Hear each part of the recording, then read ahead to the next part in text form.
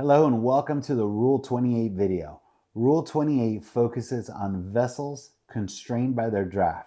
Rule 28 states that a vessel constrained by her draft may, in addition to the lights prescribed for power-driven vessels in Rule 23, exhibit where they can best be seen 3 all-round red lights in a vertical line or a cylinder. So let's review this one in a diagram to give you a visual of what the rule is stating. One important call out of this rule is that it states that a vessel may show these lights. So this means that it's not mandatory for them to show the lights or the day shape if they're constrained by their draft, but if they choose to show the lights, they would need to display 3 all-round red lights in a vertical line by night, and then during daylight hours they would display a cylinder day shape. Now, just like every other power-driven vessel, they would need to display their side lights, their masthead light, and a stern light. Those lights are not optional.